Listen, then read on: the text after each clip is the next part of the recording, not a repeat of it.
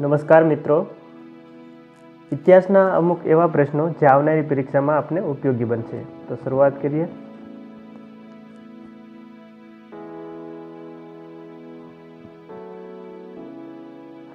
દિલ્હીની પ્રથમ સ્ત્રી રાજ્યકર્તા કોણ હતી?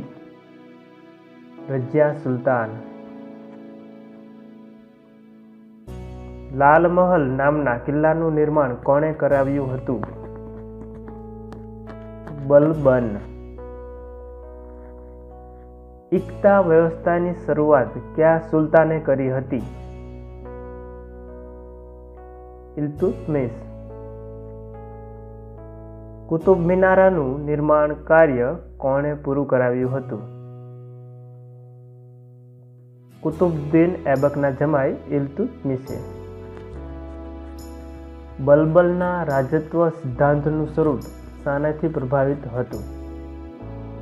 ફારસ. નિમ્નલિખિત વિભાગોમાંથી કોનું ગઠન બલબન દ્વારા કરવામાં આવ્યું છે? દીવાને અર્જ તથા ગુપ્તચર વિભાગ. બલબન પોતાની જાતને કયા વંશનો બતાવતો હતો? અફરાસિયાબ. ઇલ્તુત્મિશ દ્વારા ચલાવેલા ત્રાંબાના સિક્કાને કયા નામે ઓળખવામાં આવતા? હિતલ. ઇલ્તુત્મિશ દ્વારા સ્થાપિત તુર્કાન એ ચિહાલગાની કોણ હતા? 40 અતિ વિશ્વાસી ગુલામ તુર્ક સરદારોનું સંગઠન હતું. લાખ બક્ષ નામથી કોને ઓળખવામાં આવે છે? કુતુબુદ્દીન એબકને. મહેમૂદે અણહિલવાડ પાટણ ઉપર ચડાઈ કરી ત્યારે ત્યાં કયો રાજા રાજ્ય કરતો હતો? ભીમદેવ પહેલો. સર્વપ્રથમ જે તુર્કોથી ભારતનો સંપર્ક થયો હતો તે કયા વંશના હતા? ગજની વંશના. મહેમૂદે ભારત પર કુલ કેટલા આક્રમણો કર્યા હતા? જવાબ છે 17. મહેમૂદ ગજનીને મહેમૂદ ગજની કેમ કહેવાય છે? કારણ કે તે ગજનીનો શાસક હતો માટે. મહમૂદના સમકાલીન કાશ્મીરમાં સત્તા ઉપર કોણ હતું?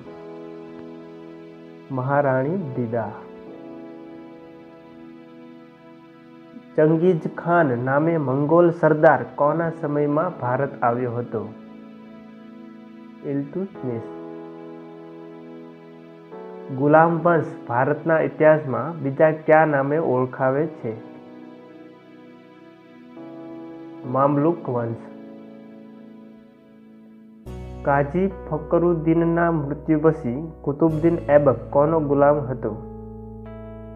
મોહમ્મદ ઘોરી. કયા સૂફી સંત ગયાસુદ્દીન સમકાલીન હતા જેની સાથે તેના સંબંધ પણ સારા ન હતા? નિઝામુદ્દીન ઓલિયા. દિલ્હી નજીક તુઘલકાબાદનો કિલ્લો કોણે બંધાવ્યો હતો? ગયાસુદ્દીન તુઘલક. ફિરોજ તુઘલકના સમયમાં ઉપજનો 1/10મો ભાગ હક એ સર્વના રૂપમાં વસૂલ કરવામાં આવતો હતો. આ કર કોની સાથે સંબંધિત હતો? સિંચાઈ કર સાથે સંબંધિત હતો. કયું મંદિર તોડી ફિરોજે મૂર્તિ ભંજકની ઉપાધિ ધારણ કરી હતી? જાજનગર સ્થિત હિન્દુ મંદિર. ફિરોજ તુઘલકે કયા વિભાગો સ્થાપિત કર્યા હતા? દીવાને ખેરાત, દારુલ સફા, દીવાન એ બદગાન. ફિરોજ તુઘલકે કયા નગરોનું નિર્માણ કર્યું હતું? ફતેહાબાદ, હિસાર, હોરોજાબાદ, ફિરોજપુર, જૌનપુર. મોહમ્મદ તુઘલક મુહમ્મદ બિન તુઘલકે અનેક નવીન યોજનાઓને જન્મ આપ્યો, જેમાં સર્વાધિક વિવાદિત યોજના કઈ હતી? રાજધાની પરિવર્તન. તુઘલક વંશનો સંસ્થાપક કોણ હતો? ગયાસુદ્દીન તુઘલક. દિલ્હી અભી દૂર હૈ પ્રસિદ્ધ ઐતિહાસિક કથન કોનું છે? નિઝામુદ્દીન ઔલિયા. કયા ઇતિહાસકારે મુહમ્મદ બિન તુઘલકને વિરોધી તત્વોનો મિશ્રણ કહ્યો છે? સ્મિથ. મુહમ્મદ બિન તુઘલકે ચાંદીના સિક્કાના બદલે કઈ ધાતુના સિક્કા ચલાવ્યા? કાંસાના. મલિક કફૂરને વિશ્વ પ્રસિદ્ધ કોહિનૂર હીરો ક્યાંથી પ્રાપ્ત થયો હતો? વારંગલ. અલાઉદ્દીનના સમયે ગુજરાતનો શાસક કોણ હતો? રાજા કર્ણદેવ. વારંવાર થતા વિદ્રોહને દબાવવા અલાઉદ્દીને કયા 4 અધ્યાદેશ બહાર પાડ્યા હતા?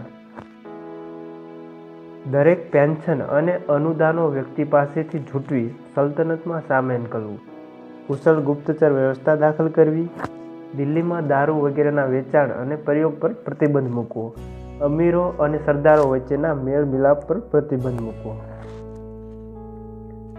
અલાઉદ્દીનને કઈ જગ્યાએથી પુષ્કળ ધન પ્રાપ્ત થયું, જેનો ઉપયોગ તેણે પોતાને સુલતાન બનાવવામાં કર્યો? દેવગિરી. દિલ્હીના કયા સુલતાને શરાબ અને અન્ય કેફી પીણા ઉપર પ્રતિબંધ મૂક્યો હતો? અલાઉદ્દીન ખિલજીએ. કયા સુલતાને ચાંદીના બદલે ચલણમાં ત્રાંબાના સિક્કા મૂક્યા હતા? મુહમ્મદ તુઘલક.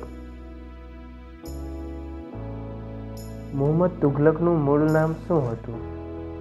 જોના ખાન.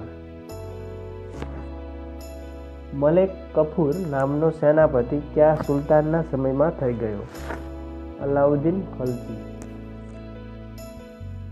ખલજી વંશની સ્થાપના કોણે કરી હતી? જલાલુદ્દીન ખલજી.